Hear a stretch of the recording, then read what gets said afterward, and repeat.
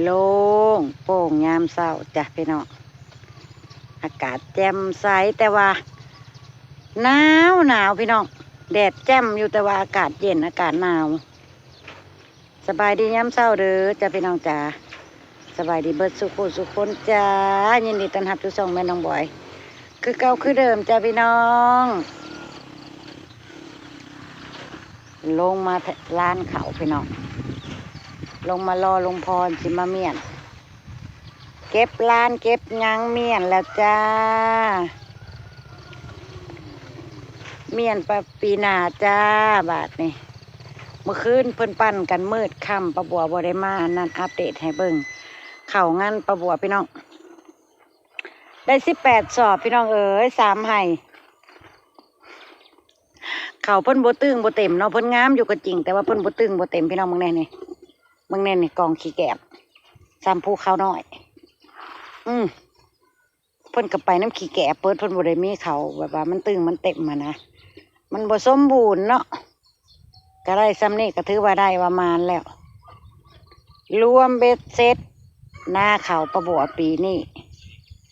เบ็ดเสร็จทั้งเขากลางทั้งเขางานพี่น้องได้73 กระสอบลุงพรว่าเมื่อคืนถามลุงพรบ่ฮอด100บ่ได้บ่มานจ้ะ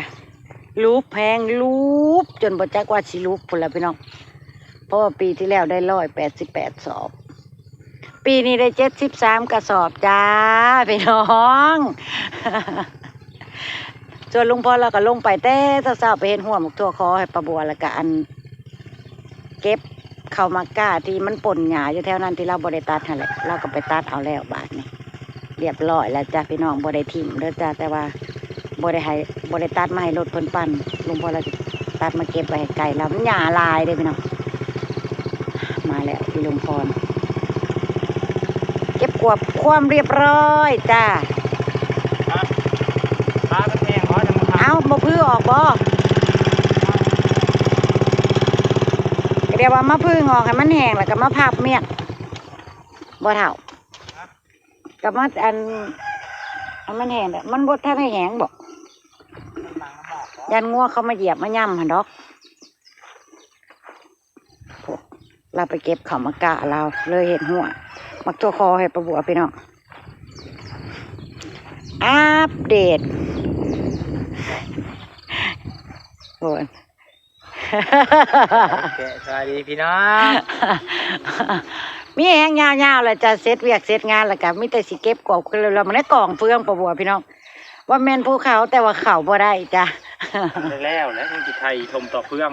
แล้วก็เวียกลุงพรกับมีต่อคือนี่ล่ะพี่น้องเราที่ไทยนะนี่ล่ะเราบ่ได้ล้มเลิกความตั้งใจเราไทยมันแล้ว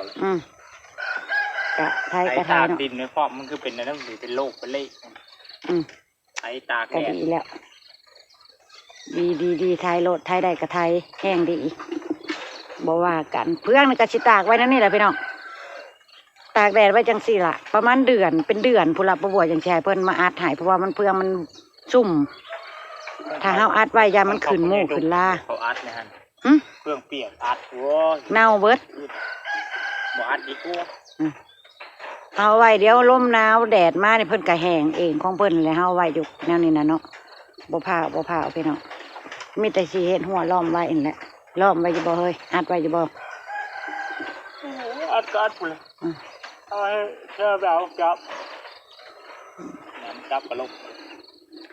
โอ้ยเนาะเขา73 สอบพี่น้องโอเคก็ถือว่าพอกินอยู่ดอกสำหรับครอบครัวป้าบัวเนาะแต่ก็ว่าโอ้เสียกำลังใจหั่นแหละปีนี้นะเสียกำลังใจแฮงมันบ่ได้สมหวังสมผลก่อนเมื่อวานมันใครก่อนไทยเลยไทยปลูกมันใครก่อนขั้นที่ไทยได้เยอะกว่าไทยครบเขามากปลูกเลยเน็บมันบ่ลุงพอเรายังอยากเน็บมันเรานี่เพราะว่าตัวนี้เพิ่นไต่น้องเนาะเพิ่นไต่น้องแล้วเพิ่นซุ่มกบมันแหละไงโอ้ยไฮนาเจ้ามันสิบ่คลึกคลื่นบ่บัดจามเจ้าวานเฮ็ดเป็นร่องนะโอ้ยมันไทยอยู่เลยก็แล้วแต่ไทยตากคือดินไว้ไปแล้วก็ไทยแล้วก็ว่านเลยบาทนี่นะแล้วแต่บาทหนึ่งยังสิยับลงไปก็ยังสิไปเฮ็ดห้วย เห็ดหัวในเดินน้อยดอกกระเจียวหั่นแหละเห็ดหัวให้พ่ออีกหาตัดไม้ไผ่ดีๆมาเห็ดไปพี่น้องกลับเฮือนกลับจานประบวกก็ลงมาอัปเดตให้เบิ่งนี่แหละเพราะว่าเมื่อคืนบ่ได้ถ่ายให้เบิ่งบ่ได้ถ่ายอันสรุปผลงานของปีนี้ฤดูทำนาของประบวให้พี่ให้น้องได้เห็น สรุปให้ฟังแล้วจ้าปีนี้บ่ได้บ่มานจ้าประบวบ่ได้บ่มานเอาลงให้ป่ากินน้ำป่าตะเพียนมากๆได้เขานี่โอ้ลงพอแล้วเอาเขาลงให้ป่ากินน้องมันก็บ่ได้มีหยามียังเนาะก็ยังดีอยู่ได้ป่าก็ยังว่าอ้วนแน่อยู่อ๋อไม่ไกลปลาตะเพียน3 ตัวผักกระเดาก็เริ่มอันใบร่นแล้วจะน้อยกระพงดอกให้กินโอ้ยเมื่อคืนกินก้อยกุ้งกับผักกระเดาแซ่บกระดอพี่น้องผักกระเดามาแต่ไทยมาแต่บ้านพ่อจูน่า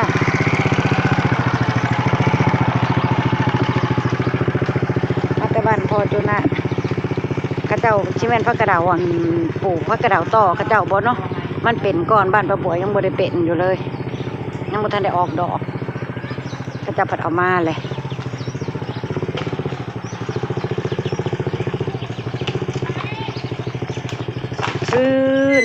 ถึงแดดชี้แจ่มแต่ว่าอากาศดีดีพี่น้อง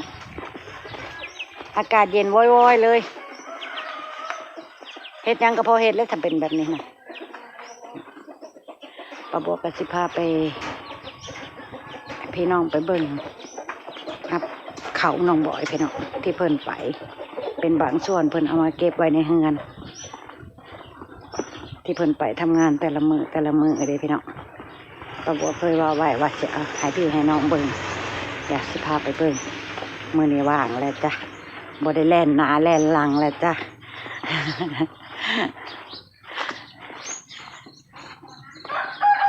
เดินเงินเดินจานป้าบัวก็ยังหกเด้อพี่น้องอย่าเพิ่งดราม่าเด้อเพราะว่าตื่นมาป้าบัวก็ไม่ได้ไปก็ไปมาพามาเบิ่งเขาน้องบอยนี่จ้ะ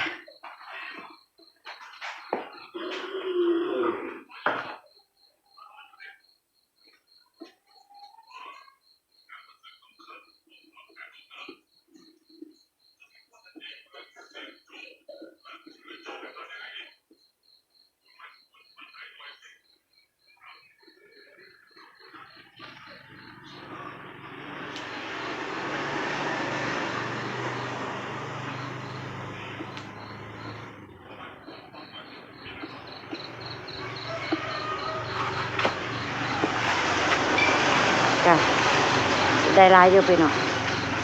ถือว่าได้ลายอยู่ปวดใจแห้งเพิ่นเมื่อยอยู่หรอกพี่น้องเลย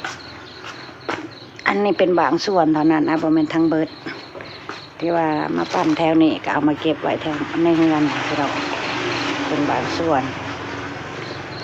เพิ่นยังบ่ทันได้สรุปกันเพราะว่ายังบ่ทันได้ปิดฤดูกาลทำอันปั้นเขาแก้วเขาเพิ่นหัวหน้าเพิ่นก็ยังบ่ทันได้สรุปว่าได้กันเท่าไรเนาะพี่น้องป้าบอกยังบ่ได้เปิดห้านเด้อจ้ะเด้อหนึ่งเขายังเสร็จแล้วก็ลงตามลุงพรลงไปลง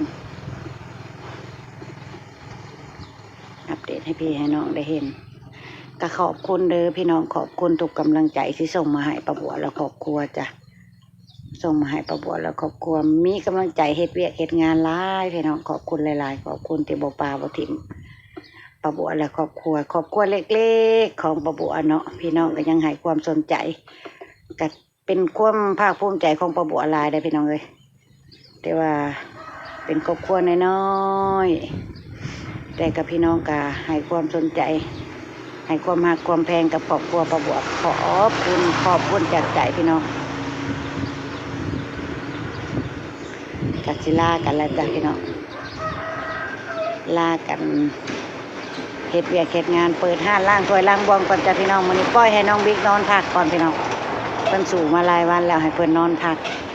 ที่บ่กวนเพิ่นให้เพิ่นพักผ่อนเต็มที่เพิ่นเนาะอำลาพระจากแล้วจ้ะพี่น้องพ่อป้าบัว และขอบคุณในคลิปหน้าเด้อขอบคุณทุกกำลังใจที่ส่งให้ป้าบัวขอบคุณที่บอกขามโฆษณาป้าบัวเด้อพี่น้องเด้อไปละจ้าสบายดี